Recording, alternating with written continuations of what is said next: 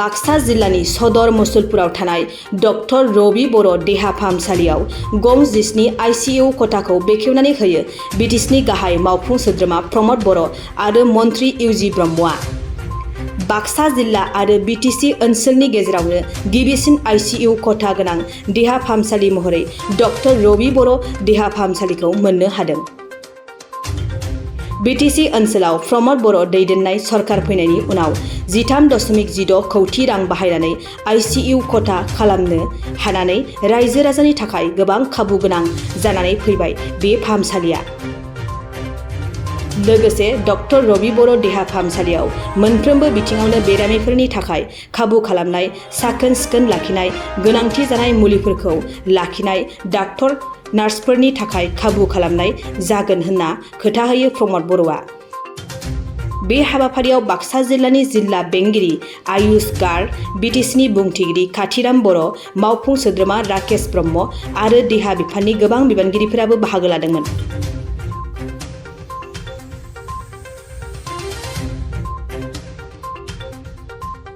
আমি স্পেচিয়েলি ধন্যবাদ দিব লাগিব আমাৰ ডিচি ডাঙৰীয়াক আৰু আমাৰ ডেপুটি কমিশনাৰ আৰু হেল্থ ষ্টাফ ইয়াত যিটো আছে সকলো মিলি পেলাই এইটো মানে আজি 17 বেডেড আইচিইউ যিটো বনালে ইয়াৰ কাৰণে আমি ধন্যবাদ দিছোঁ। এতিয়া আমাৰ অকল কোভিডৰ কাৰণে নহয়, কোভিড যোৱাৰ পিছত বাকী যিবিলাক ক্ৰিটিকেল পেচেণ্টবিলাক আছিলে সেইবিলাকৰ কাৰণেও এতিয়া ভাল এটা সুবিধা আহি গ'ল মুছলপুৰত।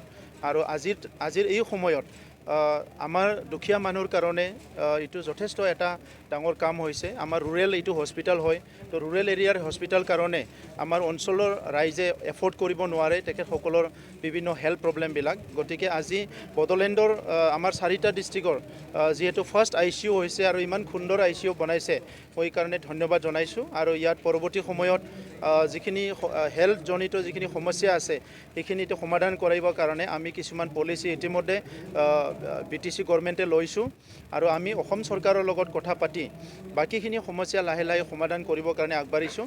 প্ৰথম প্ৰায়ৰিটি আমি হেল্থ ইনফ্ৰাষ্ট্ৰাকচাৰটো চাইছোঁ, ক'ত এম্বুলেন্স আছে নাই, আৰু বহুতখিনি এম্বুলেন্স আমি ঠিক কৰিছোঁ।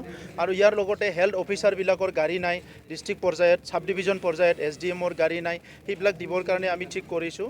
আমি বিচাৰিছোঁ ইয়াৰ লগতে আৰু কিছুমান ক্লিনিক আমাৰ গাড়ী আমি বাছ চলোৱাৰ কাৰণে ঠিক কৰিছোঁ।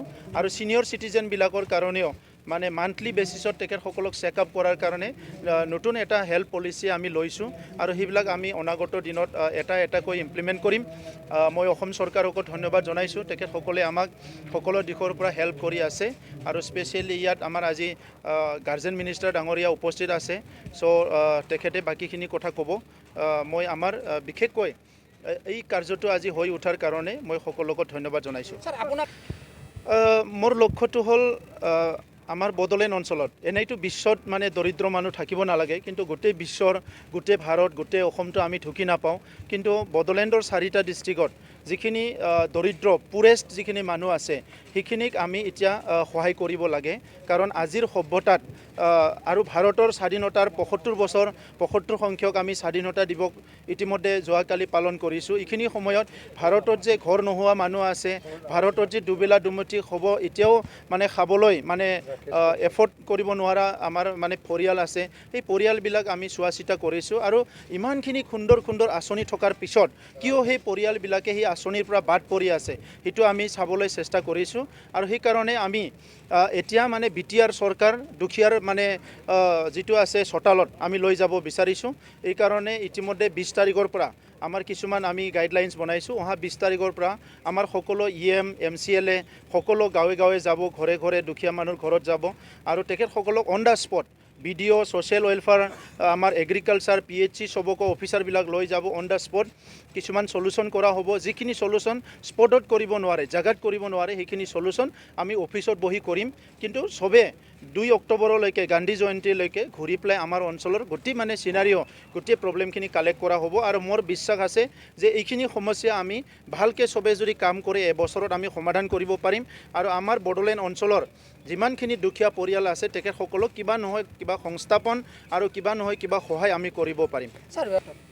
এইটোৰ লগত ইছ্যুটো ৰিলেটেড নহয়। আমাৰ সুন্দৰ এটা বাক্সাত আজি ICU হস্পিটেল আমি ICUৰ প্ৰভিজন পাবলৈ সক্ষম হৈছোঁ। গতিকে ICUৰ কথা কম, পলিটিকেল কথা বা বাকী কথাবিলাক পিছত কম, কাৰণ এতিয়া মই দেখিছোঁ গোটেই কথাবিলাক মিক্স আপ কৰি দিয়া যায়।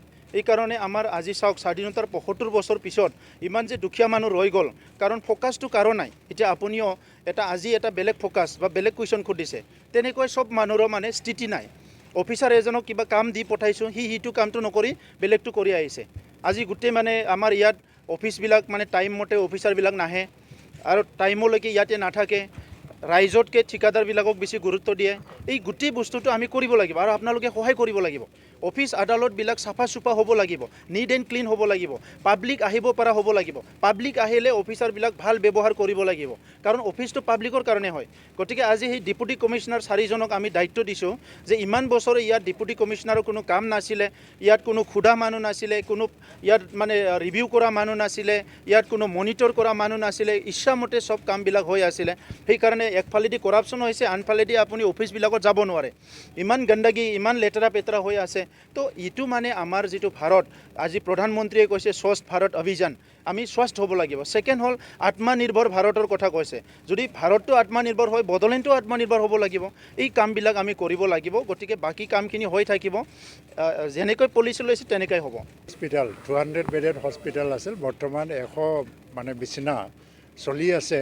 তাৰে ভিতৰত যেনিবা 17খন যিটো ICU মানে বেড কৰা হ'ল, এইটো খুব কম সময়ৰ ভিতৰতে কৰা হৈছে। তাৰ কাৰণে আমাৰ জিলা উপায়ুক্ত DC আৰু হস্পিটেলৰ ছুপাৰিণ্টেণ্ডেণ্টৰ পৰা জইণ্ট ডাইৰেক্টৰ চব মেডিকেল ষ্টাফ, তাৰ কাৰণে আমি মানে ধন্যবাদ দিব লাগিব।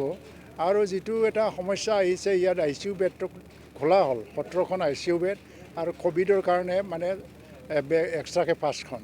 তাতে এটা অপাৰেটৰৰ টেকনিকেল অপাৰেটৰ বা টেকনিকেল ষ্টাফৰ অভাৱ আছে বুলি কোৱা হৈছে। কিন্তু আমাৰ এই হস্পিটেল ষ্টাফ আৰু DCৰ উদ্যোগত ইতিমধ্যে 2জন টেম্পৰাৰীভাৱে ট্ৰেইন আপ কৰা হৈছে, সেইটো চাবৰ কাৰণে। আৰু সোনকালে আমি ৰাজ্য চৰকাৰৰ যিটো স্বাস্থ্য বিভাগৰ মন্ত্ৰী, তাৰ লগত আলোচনা চলি আছে, ইয়াত পাৰ্মানেণ্টলি টেকনিকেল ষ্টাফ দিয়াৰ কাৰণে ব্যৱস্থা কৰা হ'ব। লগতে এই হস্পিটেলত এটা MDৰ সমস্যা হৈছে। আগতে মানে 11 মাহৰ কাৰণে কোনোবা আহিছিল আৰু তেওঁ গ'ল, ৰুৰেল পষ্টিং আছিলে। এতিয়া আৰু নেক্সট আহিব লগাটো নাই। তাৰ কাৰণে মেডিচিন স্পেচিয়েলিষ্ট নথকাৰ কাৰণে বহুত বেমাৰটো ৰিফাৰ কৰিব লগা হয়। সেইটো যাতে নাইকিয়া হৈ যায়, তাৰ কাৰণেও স্বাস্থ্য বিভাগৰ যিটো মন্ত্ৰী কেশৱ মহন্তৰ লগত মই কথাটো পাতি আছোঁ, আৰু মই 2 এদিনতে এইটো টেক আপ কৰি পেলাই এইটো পূৰণ কৰিবৰ কাৰণে ব্যৱস্থা কৰিম।